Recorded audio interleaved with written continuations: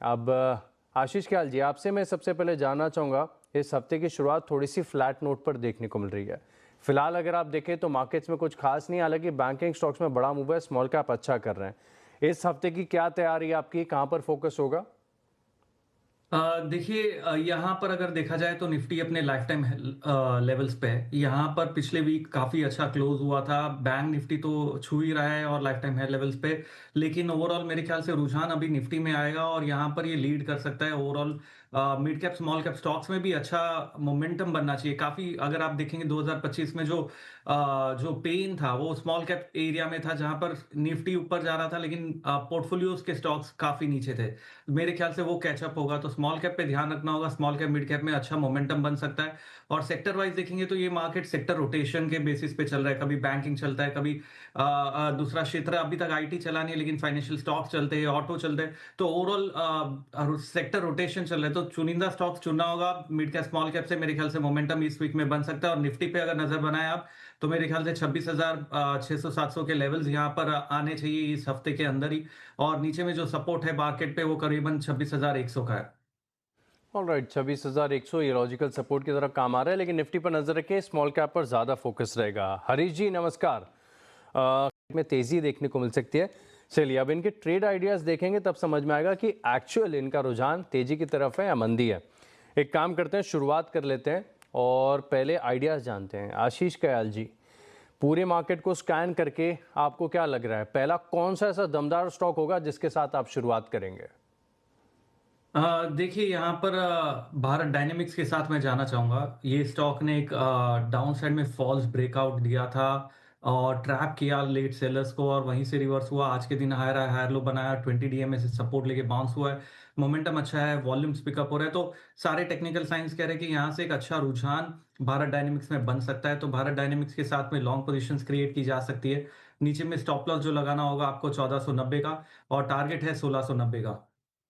1690 तक के टारगेट्स यहाँ पर बीडीएल में देखने को मिल सकते हैं। और डिफेंस स्पेस के स्टॉक्स में आज आपको खास एक्शन नजर आया और इसके पीछे यहाँ पर आप रख सकते हैं नजर। आशीष जी, दूसरा आइडिया। दूसरा मेरा आइडिया होगा जी शिपिंग पे। यहाँ पर ये स्टॉक काफी अच्छा रिवर्सल पैटर्न दिखा रहा है, और मेरे ख्याल से एक ब्रेकआउट आना चाहिए स्टॉक के अंदर। ट्रायंगल पैटर्न बना के एक ऊपर की ओर ब्रेकआउट आना चाहिए। तो जी शिपिंग पे लॉन्ग पोजीशंस क्रिएट की जा सकती है। ऊपर में जो टारगेट यहाँ पर आता है वो करीबन 1220 का है, और स्टॉप लॉस यहाँ पर नीचे में जो लगाना होगा वो 1100 लेवल का लगाना होगा। 1100 का स्टॉप लॉस, यानी 1029-30 के आसपास का भाव चल रहा है। 1100 का आप स्टॉप लॉस लगाइए और 1220 तक के जो टारगेट्स हैं यहाँ पर नजर आ सकते हैं। तीसरा आइडिया यहाँ पर मेरा होगा उनो मिंडा में। यहाँ हम्म पर इस स्टॉक ने काफी अच्छा ब्रेकआउट दिया है और रुझान दिखा रहा है पॉजिटिव। मूव आ सकता है। बहुत ही प्रीवियस जो पीक था इसका, डबल टॉप जैसा बनाया था, उसी का ब्रेकआउट ऊपर की ओर दे रहा है। तो यहाँ पर एक रिवर्सल पैटर्न है और अच्छा मूव आ सकता है। तो उनो मिंडा पे बाई की राय होगी। टारगेट है 1490 का, स्टॉप लॉस लगाना होगा 1310 का। 1490 का टारगेट ऊनो मिंडा में, 1310 रुपये का स्टॉप लॉस है। 2-2.25% की तेजी के साथ ये कारोबार कर रहा है। तो ऊनो मिंडा ये तीसरा आइडिया 5% ऊपर है और बड़े दिनों के बाद ये स्टॉक चला है। क्या लग रहा है, और अपसाइड आ सकती है? ये स्टॉक मेरे रडार पर भी था और देना भी था, लेकिन ये ऑलरेडी चल चुका था 5-5.5%। तो यहाँ पर ओवरऑल रुझान तो पॉजिटिव है, लेकिन बाय ऑन डिप्स बेटर होगा। बेटर रिस्क रिवॉर्ड के लिए थोड़ा सा ओवरबॉट है। वॉल्यूम्स बहुत जबरदस्त पिकअप हुए। अगर आज देखेंगे अभी तक के वॉल्यूम्स पिछले 10 दिन के एवरेज वॉल्यूम के ऊपर हो चुके हैं। यहाँ पर ऊपर में जो टारगेट है आ सकता है करीबन 2145 के आसपास, और नीचे में जो स्टॉप लॉस लगाना होगा, जो कि आज का डे लो है, करीबन 1955 का। तो बाय ऑन डिप्स की रणनीति अपनाएंगे बेटर रिस्क रिवॉर्ड के लिए। देवेंद्र जी के साथ इसमें भी एक बढ़िया एक्शन देखने को मिला है। आशीष कयाल जी, आप सोलर इंडस्ट्रीज का चार्ट देखकर बताइए, क्या नई एंट्री की जा सकती है?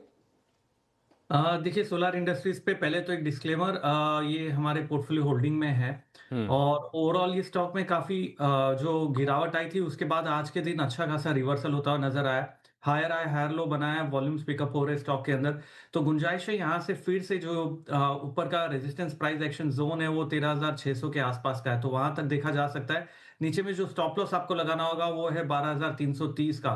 तो 13,600 के टारगेट के लिए ये स्टॉक को लॉन्ग पोजिशन क्रिएट की जा सकती है। यहाँ पर आप लॉन्ग पोजीशंस कर सकते हैं। मार्केट एक्सपर्ट्स हैं, इनके पोर्टफोलियो को एक बार रिव्यू करके देखते हैं कौन कौन से स्टॉक्स हैं, क्या स्टॉप लॉसेज हैं, क्या टारगेट है, सब आपकी स्क्रीन पर फ्लैश होगा और बाद में हम देखेंगे कि परफॉर्मेंस अब तक की कैसे आ रही है। तो सबसे पहले आप आशीष कयाल जी का पोर्टफोलियो देखिए। इनके पास 3 आइडियाज़ हैं। एक तो BDL डिफेंस स्पेस के स्टॉक्स में बज़ है, GE शिपिंग इसको भी आइडेंटिफाई करके ऐड किया है और ऊनो मिंडा। बड़े दिनों के बाद इस स्टॉक की चर्चा हुई है, यहाँ पर इन्होंने खरीदारी की राय दी है 1490 रुपये के टारगेट के लिए। अभी जो तीनों ट्रेडिंग आइडियाज़ इन्होंने शेयर किए हैं, हालांकि इसी शो में किए हैं, ज़्यादा समय नहीं हुआ है तो लॉजिकल नहीं होगा पूरी तरीके से इसका परफॉर्मेंस देखना, लेकिन अभी तक आप देखें तो BDL इनकी खरीद से थोड़ा सा ऊपर है। GE शिपिंग की बात करें तो ऑलमोस्ट आधे प्रतिशत के गेंस दे रहा है इनके पोर्टफोलियो में। वहीं ऊनो मिंडा ये जिन स्तरों से शेयर किया वहाँ से 1% लुढ़का है। आप देखेंगे कि कैसा इम्पैक्ट आगे फाइनल परफॉर्मेंस में आता है।